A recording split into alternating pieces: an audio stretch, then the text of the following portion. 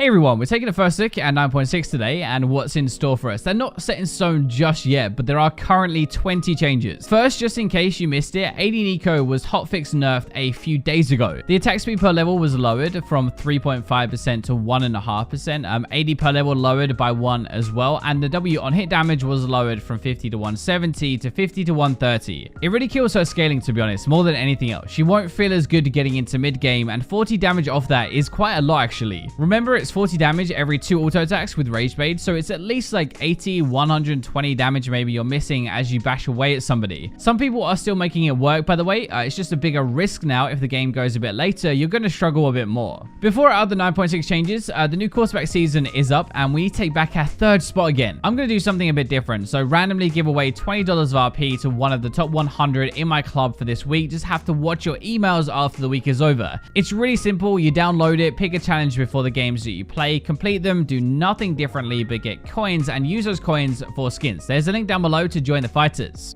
Okay, so we have a bit of a mini rework for Urgot as our first one. There are a few big changes in here, but the main thing is your W is no longer going to shield you. It's just a damage lock now. It's got no shield at all, but that shield is moved onto your E, and there is also talk about making your W a toggle ability. The other big thing is that your shield now scales with a bonus AD, so it's trying to get you to build damage and not tank, sort of like a Riven. The ratios on your E, your W, and also your ultimate have all been changed to bonus from total as well. Again, meaning that you actually have to build some damage to use them rather than just rely on your base stats. The ultimate range is actually also up way further now, so you can snipe people down with it and drag them back in. I'm not sure how useful that is, but it can't be a bad thing. It is going to change him quite a lot, honestly, from a tanky like frontliner who builds a righteous glory and stuff to a more aggressive damage bruiser champion. The weird thing is though, most of these types of champions like Darius and Irelia and stuff, they're all melee, right? And technically Urgot is ranged, so the itemization is going to be a bit weird. It's definitely going to feel weird. The second thing I want to look at today is a bug fix. So Hecarim's Q is supposed to deal 10% more damage per stack of Q, right? But that wasn't working. They're going to be fixing that to stack damage properly now from 9.6. I swear we get one of these every single patch now, but another bug fix that is probably going to be a really big buff. Apparently this hasn't worked for ages, but Hecarim has been pretty decent as a champion, especially recently. Especially in Korea, they actually like to play him top lane with Conqueror, with Ignite and TP. So watch out for that next patch. That's probably going to be even better. With this, you get more damage, you get better wave clear, better farming in the jungle. This should be a really good change. Let's kick off our nerfs today with Kayle, who is getting her AD and attack speed per level lowered. The W bonus move speed from AP lowered as well from 10% per 100 AP to 8%. It's kind of funny how a lot of people thought she was really bad, but her win rate is steadily going up every single day as her play rate lowers. That is probably mostly because bad players have stopped playing Kayle now because she's new, because they're losing all the time. Also, people are not using lethal tempo as much and using fleet or klepto more. Also, the fact that you need 3 items and then you become an absolute truck and run over everybody. But even without items, level 11 and then level 16 are huge power spikes that make her much more difficult to deal with. The thing is, she's getting hit with nerfs to both offensive scaling stats that we have, mean that she will be weaker mid game, especially weaker later. Is that really going to matter though when she is already that strong late game? Honestly, you're probably not even going to really feel it that much. The move speed was also a bit nuts, so she won't be zooming around as much, but realistically I think Kayle is kind of like a Kassadin now, to be honest. And as people get better at managing her early game, she's probably going to need some more adjustments.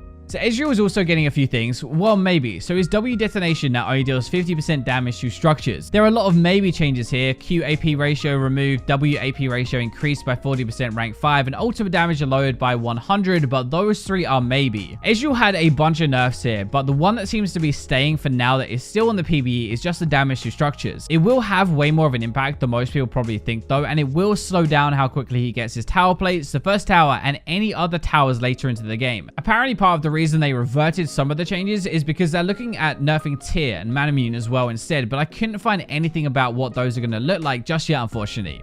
Morgana is also getting nerfed. Health per level lowered by 1, WAP ratio per second lowered by 2%. There were 2 champs that got updated last patch, and both of them have actually getting nerfed in 9.6, but this is just going to make her more easy to poke with less health regen. Is mostly the damage change that will make a difference though. It's not going to affect support as much since it's an AP ratio, but it is 10% down over the duration over the 5 seconds. That's also not factoring in the damage amp on that, which is now at a 170% boost after the changes. So my point is it is losing more damage than just 2% of your AP, which it looks like. I definitely think she will still be top tier after this patch, and if anything, it helps the mid lane Morgana a little bit more than support. LeBlanc is also getting a nerf, finally, right? Her QAP ratio lowered by 10% though. It might not seem like a ton, but technically it is 10% off the first mark and 10% off the second mark. If you have 300 AP, you're losing like 60 damage in your combo, but let's be honest, LeBlanc is normally overkill damage. What I mean is like it will affect your straight up single target one shot, but LeBlanc is normally most deadly when she has an item lead and is ahead in the game. When she's behind, she's not really that bad to play against in my opinion, and I think this just makes that even more obvious, if that makes sense. Moving on to another nerf. So Racelighter's ultimate cooldown increased from 100 to 60 to 100 to 80, and the bonus AD ratio has been lowered by 25%. Now the thing is, Racelight is an early game monster, and that is why you pick her, to gank a ton, impact lanes, and bring that early damage. This doesn't change that at all. None of it does. The cooldown on your ultimate is still the same early, and you don't really have much bonus AD anyway. So this is really making her already shaky late game even worse than it already is, and basically saying if you can survive her early game or you outlast that at least, then there is a big weakness that you can try and exploit and a way to beat her.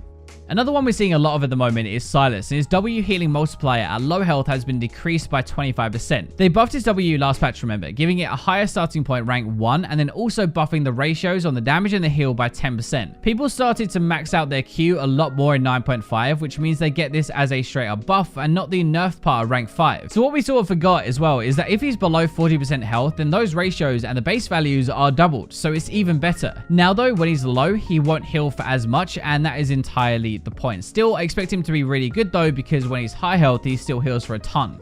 Zoe is also up again for a cycle of buffs and nerfs because they just can't really balance her. Her E cooldown has been increased from 16 to 12 to 20 to 14, and the slow has been lowered by 20% rank 5. So the cooldown is going up 4 seconds rank 1, and that is what you're going to feel really in the lane phase. By the time team fights come around, it's a 2-second increase, which isn't as bad, but it doesn't slow as much. So it might not be as hard to like run away, or you can kind of get behind some minions or somebody else in lane more maybe. That's the only thing I can think of. Jace is getting some stat changes. So his health per level, his health regen, and his health regen per level have all been lowered. He is an absolute brute in the lane phase, so it kind of makes sense that they're going to be lowering some of the base stats, but I would have thought they'd be looking at his AD or armor or something like that, but they're basically just saying if you fight him, you should win a bit more often. At level 5, he's going to have maybe 36-ish less health though, so it's not a ton, but it does bring him more in line with stats of other range champions rather than stats of other melee champions. Finally, for our nerfs then, overheal, the shield values have been changed from 40 to 100% to 20 to 100%. I actually kind of like this change because it shouldn't really do too much early into the game, but at the moment it does help laners a little bit. You're supposed to take overheal for big shields later into the game. It's like a team fight rune, honestly, and this doesn't change that. Now let's look at some of our buffs. So Caitlyn's ultimate damage has been increased by 50, and an extra 50 damage rank 1 is pretty nice actually, and it will net you a few more kills for sure. Even if you just use it for a bit of damage, like a bit of poke and stuff, I think it's going to be pretty good. But right now Caitlyn is weird because you have your traps and control the range, so giving her too much damage isn't really a good idea.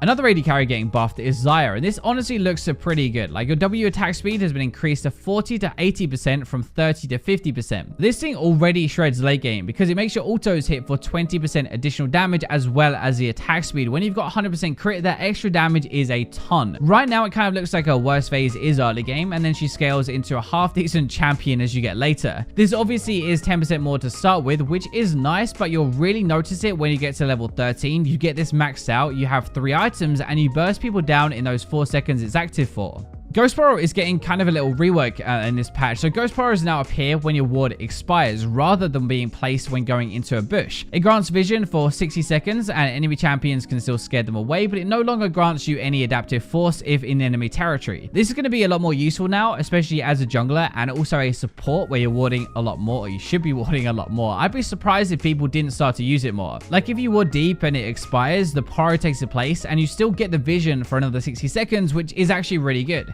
Minion Dematerializer is also getting a change here, so the charges are down to 3 from 6, the damage bonus to 6% from 4%, the damage bonus on the same minion type up to 3% from 1% though, and the starting cooldown is 180 from 240 seconds. There was another version of this on the PvE, but they're going to be changing it to still be really strong but not have as many charges. It's basically stopping people farming up cannons with it, I think, and hard shoving lanes that are meant to take a bit longer to push. Like if you have it, you can use it on a cannon, push and roam, while the other laner is kind of trapped in their lane. There is a change to Nautilus as well, so base armor increased by 3.54 and passive per target cooldown changed from 9 to 6 just down to 6. I think it's more for support probably, better armor to deal with harassing lane. Like, it's a really good start at least, and you should be able to fight and stay a little bit more healthy. Then when you are actually fighting though, every 6 seconds you can slap them with that root and the bonus damage. It might also actually be decent for jungle as well. Like, he's not the best there, but less damage from minions in the first place with the armor buff, and then you can use your passive more to farm faster as well, so maybe. Finally then, we've got a few smaller top lane changes. So Nar's W cooldown lowered from 15 to 7 to 7 at all ranks. This is only for Mega Nar, by the way, since the mini is just the 3-hit passive, and this is half of what it used to be rank 1 pretty much, so it's definitely a good change. Plus, if you rush Cleaver as well, you get 20% cooldown reduction, and it's going to bring that down even lower. But Nar kind of seems to be in a weird spot right now. It does mean when you're diving in and brawling, you'll deal more damage and you'll stun more, which can't be bad. Shen is also going to have his Q on hit damage increase from 5 to 30 to 10 to 40. This is split more now as well as you level up, so it's actually going to be quite a bit better mid-game still, if that makes sense. It's also the next 3 attacks that it affects, so it's a decent chunk of extra damage, especially in early traits. Last up then is another Trundle buff, giving him 10% more attack speed on his W at rank 1, but it goes back to the same rank 5. It's obviously a buff to his early farming and dueling, and that is where he struggles the most apparently right now, so it definitely is going to help a little bit. So that is our first look into 9.6. Hope you enjoyed the video. Let me know what you think of the new changes. I should be streaming right now as well if you want to come and watch that, and also join my Quarterback Club. But for now, I will leave you with the robots.